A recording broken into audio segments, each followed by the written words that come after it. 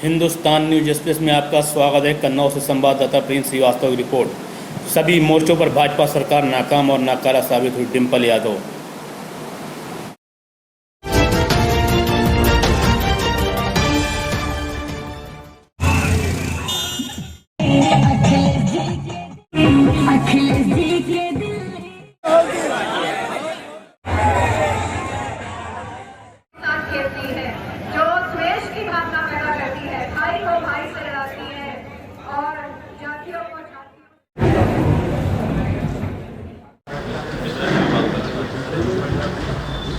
ठीक जी बताइए। 2022 के चुनाव का साइकिल रैली से आगाज किया है। जैसा निर्देश मिला हमें, हमने वो काम किया है। आज जनेश्वर मिश्रा जी की जयंती है और हर साल समाजवादी पार्टी कार्यक्रम करती आई है, तो आज जैसा आदेश हुआ है वैसा किया। कन्नौज राष्ट्रीय अध्यक्ष को चुनाव है जी, उनका आशीर्वाद, जनेश्वर जी का आशीर्वाद हमेशा। कोई पार्टी का कोई खास फोकस का किस चीज़ को नहीं, फोकस तो हमेशा कन्नौज ही रहा है जी। मैं कहना चाह रहा था कि जनेश्वर मिश्र जी की जयंती पर आज जो कन्नौज में बड़े प्राप्त हो जाएगा, कोई ऐसा संकेत है कि रामापुर का ध्रुवीकरण करने की योजना समाजवादी नहीं, ऐसा कुछ नहीं है। ब्राह्मण तो सदैव ही समाजवादी के साथ रहे हैं और जिस तरह का उत्पीड़न ब्राह्मणों का ही नहीं हो रहा है, सभी जातियों का, सबका हो रहा है, सभी महिलाओं का, हमारे युवाओं का उत्पीड़न हो रहा है जिनको नौकरी नहीं मिल रही है, तो मैं समझती हूँ आज एक सही अवसर था। आज जनेश्वर जी की जयंती थी और मुझे पूरा विश्वास है कि आने वाले समय में हम एक भारी बदलाव देखेंगे।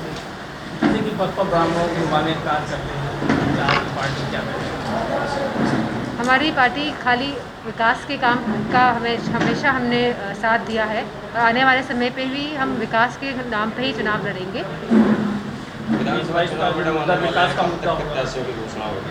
प्रत्याशियों की घोषणा तो अब देखेंगे, अभी तो काफ़ी टाइम है, में से बहुत समय है अभी।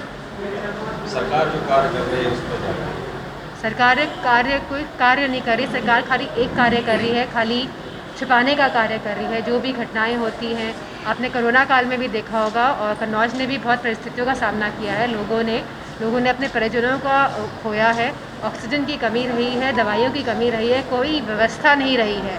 सरकार क्यों आती है? सरकार इसलिए आती है, जनता इसलिए चुन के भेजती है सरकारों को कि वो जनता के लिए काम करे, और मैं समझती हूँ भाजपा इस कार्य में नाकाम साबित रही है। आपने कई विकास कार्य करने में कराए हैं, सभी लोग जानते हैं, इसमें इस्तेमाल चालू नहीं हो पाया, इस पर क्या कहेंगे? अधूरे पड़े हैं। मेरा ये मानना है कि कोई भी सरकार आए, जनता के पैसे हैं और जनता का काम करते हैं, तो इन कामों को आगे बढ़ाना चाहिए। कोई राजनीतिक द्वेष के चलते कोई भी जनता का काम नहीं रोकना चाहिए, क्योंकि अगर आप जनता के लिए काम, जिस जनता ने आपको चुन के भेजा है, अगर आप उन्हीं के लिए काम नहीं करेंगे तो फिर कोई फ़ायदा नहीं है। 2022 में कितनी सीटों का लक्ष्य लेके चलेंगे? ये तो बहुत दूर की बात है, लेकिन पूर्ण बहुमत से समाजवादी पार्टी सरकार बनाएगी। छोटे दलों के साथ गठबंधन करेंगी? मैं समझती हूँ राष्ट्रीय अध्यक्ष जी का ये प्रश्न है, तो ये मेरा सवाल नहीं है, आप उनसे प्रश्न कीजिएगा। ये जयंती में तो मैं बहुत बहुत इनकी शुक्रिया अदा करती हूँ कि इन्हें अपना रास्ता दिखाई हम लोगों को, गरीबों का, उजड़े पिछड़ों का। और उजड़े पिछड़ों की हम बात करेंगे अभी कि हम लोग इस समय सुरक्षा कर्मी सुरक्षित नहीं हैं, किसान सुरक्षित नहीं हैं और गरीबों के बच्चे गरीब होते जा रहे हैं। अमीरों के बच्चे ऊंचे ऊंचे ख्वाब देख रहे हैं, मोबाइलन पढ़ाई कर रहे हैं। जो अब के इस समय बच्चे जो पुराने ज़माने में रहते थे अनपढ़, वो हो जाएगा, 2 साल से पढ़ाई नहीं हो रही, वो कमार और बेकाम हो जाएंगे। मैं कहूँगी कि देखिए आप लोगों से कि इस सरकार में जितना शोषण अत्याचार हो रहा है अभी तक किसी में नहीं हुआ। जैसे भाई साहब ने पूछा कि क्या कहेंगे अगले सरकार बनाने में, मैं तो कहूँगी पूरे उत्तर प्रदेश में जहाँ जहाँ उजड़े पिछड़े लोग हैं, गरीब मजदूर किसान, तहाँ हम लोग जा जा के घर घर सरकार बनाने के लिए पूरा प्रयास में रहेंगे। और इतने नहीं, इस सपा की सांसद रही, बाबूजी ने गरीबों का सम्मान दिया, अधिकार दिया, जीवन दान दिया। लेकिन आज अखिलेश भाई की देन है, जो 100 नंबर गाड़ी चल रही, एम्बुलेंस आ रही, जो चारपाई में लटके जाते थे वो नहीं जाते थे। और इस समय मैं कहना चाहती हूँ कि जो फूलन के हत्यारे अभी भी खुले घूम रहे हैं, जो अपने आप को कहते हैं मैं सम्राट हूँ, ताज पहनते हैं, क्या इन लोगों के कान नहीं हैं? बीजेपी वालों के आँख नहीं है कि हत्यारे खुले घूमे? मैंने अपने स्वयं 10 साल की बच्ची, 16 साल की बच्ची कोठौन थाने में अपने बलबूते पर हमने थाना का घेराव करके जान बचाई 2 बच्चियों की। अब मैं कहना चाहती हूँ कि उजड़े पिछड़े लोग अब चैन से नहीं बैठेंगे।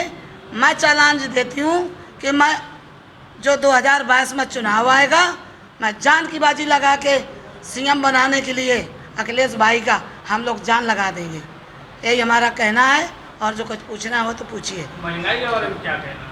महंगाई में कहेंगे ना कि जब उस समय मोदी जी ने कहा था कि काला धन वापस लाएंगे, कहाँ गया? सिलेंडर लाएंगे, कितना महंगे सिलेंडर हो गए। गरीबन के लिए खाता खुलवाए, जीरो बैलेंस, कितना पैसा आया बताइए। और इतना उनने ऐसा कर दिया है कि गाय बछड़ा खुलवा के इंसानन के मुसीका लगवा दिए। अब आदमी कहते हैं कि गाय और माता और सांड देवता तो कहाँ गए?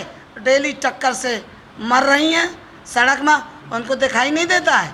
महंगाई दिनों पर दिन बढ़ती चली जा रही।